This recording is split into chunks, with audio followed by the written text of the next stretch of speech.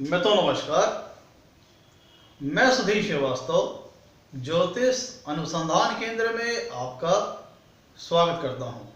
मित्रों, आप लोगों ने मेरे चैनल को अगर अभी तक सब्सक्राइब नहीं किया है तो जल्द सब्सक्राइब करें ताकि मेरे आने वाले नए एपिसोड और वीडियोस की सबसे पहले आपको जानकारी मिल पाए। मित्रों, ज्योतिषी योगों की श्रृंखला में आज हम बात करेंगे महापातक योग के विषय में। महापातक योग, इस विषय पर हम चर्चा करेंगे।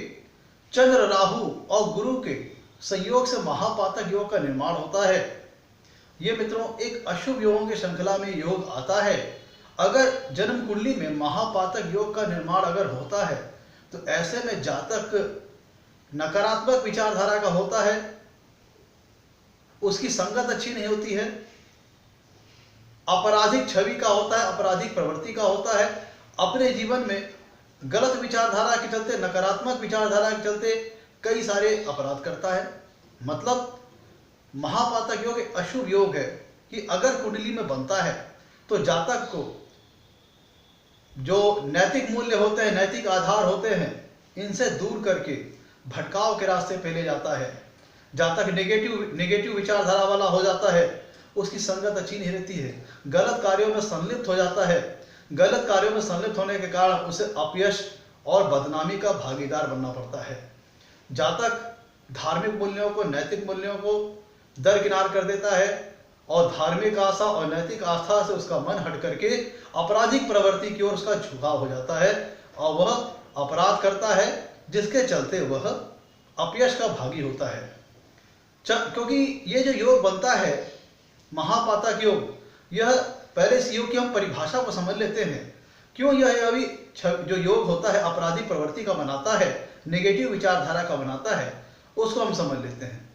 देखिए, पहले इस योग की परिभाषा को समझ लेते हैं, फिर उसी के आधार पर हम डिस्कस करेंगे। तो जो महापातक योग की जो परिभाषा बताई गई है, उसके अंतर्गत कहा गया है कि कुंडली में अगर, कुंडली के किसी भाव में अगर चंद्रमा और राहु की युति हो, ध्यान दीजिएगा इसकी परिभाषा को, कुंडली के किसी भी भाव में चंद्र और राहु की युति हो और जन्म कुंडली में जो गुरु हो वह भी किसी अशुभ ग्रह के साथ हो और चंद्र राहु की जो युति है उस पर दृष्टि डाल रहा हो, तो जो सबसे पहली रिक्वायरमेंट है इस योग बनने की, इस परिभाषा के अंतर्गत वो ये है कि गुरु कुंडली में अशुभ ग्रहों के साथ होना चाहिए किसी, और चंद्रमा और राहु के कुंडली की किसी भाव में युति होनी चाहिए और उस युति के ऊपर गुरु की दृष्टि आ रही होनी चाहिए और गुरु भी उस कुंडली में किसी अशुभ ग्रह के साथ स्थित होना चाहिए। मतलब किसी अशुभ ग्रह के प्रभाव में होना चाहिए, जिसके फलस्वरूप व्यक्ति आपराधिक छवि का, आपराधिक प्रवृत्ति का होता है, अपराध करने वाला होता है। क्योंकि ये योग इसलिए आपको नेगेटिव टेंडेंसीज की ओर खींचता है, उसका कारण यह है कि चंद्रमा जो होता है वो मन का कारक है और गुरु जो हमारी कुंडली में होता है वह नैतिक मूल्यों का, धार्मिक मूल्यों का, धार्मिक आधारों का बोधक और संकेतक ग्रह होता है। तो अगर गुरु भी कुंडली में अशुभ ग्रहों से युक्त है, चंद्रमा भी कुंडली में अशुभ ग्रहों से युक्त है और उस अशुभ ग्रहों की युति पर अगर गुरु की दृष्टि आ रही है, तब फिर व्यक्ति नेगेटिव टेंडेंसीज वाला होता है, अच्छी लोगों की संगत वाला नहीं होता है, उसकी संगत खराब होती है, नकारात्मक विचारधारा का होता है और अपने नकारात्मक विचारधारा के चलते अपराध के रास्ते पर चल करके अपने जीवन को धूमिल करता है, दागदार करता है और बदनामी का और अपयश का भागी बनता है। मित्रों, जो इसकी परिभाषा में कहा यह गया है कि कुंडली के किसी भाव में चंद्रमा और राहु की युति होनी चाहिए और उस युति के ऊपर गुरु की दृष्टि आ रही होनी चाहिए और गुरु भी उस कुंडली में किसी अशुभ ग्रह के साथ होना चाहिए। तो ऐसे दशा में जो हमारे जो दो महत्वपूर्ण ग्रह हैं, चंद्रमा जो कि मन का कारक है वह भी एफिलिक्टेड है पाप ग्रह से, गुरु जो कि नैतिक मूल्यों का, धार्मिक मूल्यों का, धार्मिक आधारों का संकेतक ग्रह है, वो भी एफिलिक्टेड है अशुभ ग्रहों से। तो ऐसी दशा में यह व्यक्ति को नकारात्मक विचारधारा का बना देता है, नकारात्मक छवि का बना देता है, गलत कर्म करने वाला बना देता है और जीवन में उसे अपयश का भागी बनना पड़ता है। तो मित्रों, सबसे पहले हम यह समझ लेते हैं कि इस योग में क्या ऐसी बातें हैं जो व्यक्ति को नेगेटिव टेंडेंसीज की ओर मोड़ता है। तो सबसे पहले हम एक काम करते हैं, हम इसको एक उदाहरण से समझ लेते हैं कि कुंडली में कैसे महापातक योग का निर्माण होता है। फिर इसकी जो इंटेंसिटी है इस योग की, ये योग कितना फलदायी होगा इसको भी समझ लेते हैं। मित्रों, ये योग तब ज्यादा असरकारक हो जाएगा, ये अपना अशुभ प्रभाव तब ज्यादा छोड़ेगा जब गुरु कुंडली में ऑलरेडी कमजोर हो। मतलब मान लीजिए गुरु अपनी नीच राशि में हो, या गुरु कुंडली के किसी 6, 8, 12 त्रिक भावों में हो, मतलब गुरु कुंडली के किसी त्रिक भाव में हो जो 6, 8, 12 भाव में हो, और या फिर अपनी नीच राशि में हो, या फिर अस्त हो और उस पर अशुभ ग्रह की युति हो। तो जब गुरु पहले से ही अगर कुंडली में कमजोर होंगे और साथ में अशुभ ग्रह की युति मिल गई, तब फिर ये योग बहुत ज्यादा प्रभावी हो जाएगा। तो एक उदाहरण के साथ समझ लेते हैं कैसे कुंडली में महापातक योग का निर्माण होगा। मान लीजिए कि चंद्रमा आपका कुंडली के 7वें भाव में है। आपको समझाने के लिए मित्रों मैंने एक सैंपल चार्ट लिया हुआ है मेष लग्न का।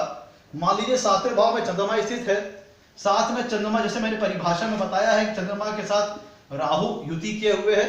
चंद्रमा और राहु की युति कुंडली के 7वें भाव में है। और मान लीजिए गुरु कुंडली की अगर लग्न भाव में है, मान लीजिए कि गुरु कुंडली के लग्न भाव में स्थित है, साथ में केतु के साथ युति में है, केतु के साथ युति में है। मान लीजिए यहां पे शनि भी हो गए। मान लीजिए गुरु केतु के साथ युति में है और हमने उदाहरण जो दिया है तो मान लीजिए कि शनि भी इसमें शामिल हो गए। मान लीजिए गुरु केतु के साथ युति में है, तो दशा में जो हमने परिभाषा बताई कि चंद्रमा और राहु की युति होनी चाहिए कुंडली के किसी भाव में, तो प्रस्तुत उदाहरण के 7वें भाव में चंद्रमा और राहु की युति है। और इस राहु के ऊपर गुरु, चंद्रमा और राहु की युति के ऊपर गुरु की 7वीं पूर्ण दृष्टि आ रही है, और गुरु जो है केतु के साथ युति में है। तो जो परिभाषा बताई गई थी, चंद्रमा और राहु भी कुंडली में युति में है और उनके ऊपर गुरु की दृष्टि भी आ रही है और गुरु भी अशुभ ग्रह के साथ युति में है, जिसके फलस्वरूप जो जातक का मन होगा वो नेगेटिव विचारधारा वाला होगा, नेगेटिव टेंडेंसीज वाला होगा, जिसके चलते जातक अपने जीवन में गलत रास्ते की ओर मुड़ जाएगा। नैतिक मूल्यों, धार्मिक मूल्यों पर, धार्मिक आस्था में उसकी रुचि नहीं होगी।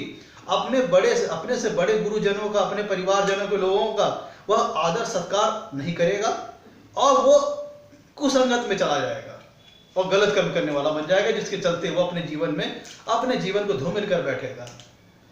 मित्रों, ये था महापातक योग। और महापातक योग की क्या परिभाषा ये हमने समझ लिया, कैसे ये असर दिखाएगा, कब ये ज्यादा अशुभ परिणाम देगा वो भी हमने समझ लिया, और इसका जो फल होगा वो संबंधित ग्रहों की महादशा और अंतरदशा में दिखाई देगा, प्रत्यंतर दशा में दिखाई देगा, और गोचर में भी इसका कुछ असर आएगा। मित्रों, ये था कुंडली में महापातक योग का निर्माण। ये एक अशुभ फल देने वाला योग है। तो अगर ये कुंडली में अगर मौजूद होता है तो उपाय स्वरूप जातक को चंद्रमा और गुरु का उपाय करना चाहिए, जिससे इस योग के जो फलस्वरूप जो अशुभ परिणाम आ रहे हैं उसमें कमी आती है। मित्रों, आज का था हमारा एपिसोड महापातक योग के ऊपर। इसी श्रृंखला में, इसी कड़ी में हम आगे भी अच्छे योग आपके सामने लाते रहेंगे। अगर आपको हमारे वीडियोस पसंद आ रहे हैं तो इसे लाइक कीजिएगा, इसे सब्सक्राइब कीजिए, चैनल को हमारे सब्सक्राइब कीजिएगा। और आपके लाइक्स और सब्सक्रिप्शन हमें मोटिवेशन प्रदान करते हैं ताकि हम आगे चल करके और अच्छे वीडियो बना सके और आपके सामने ला करके प्रस्तुत कर सके। आज के लिए इतना ही मित्रों, धन्यवाद।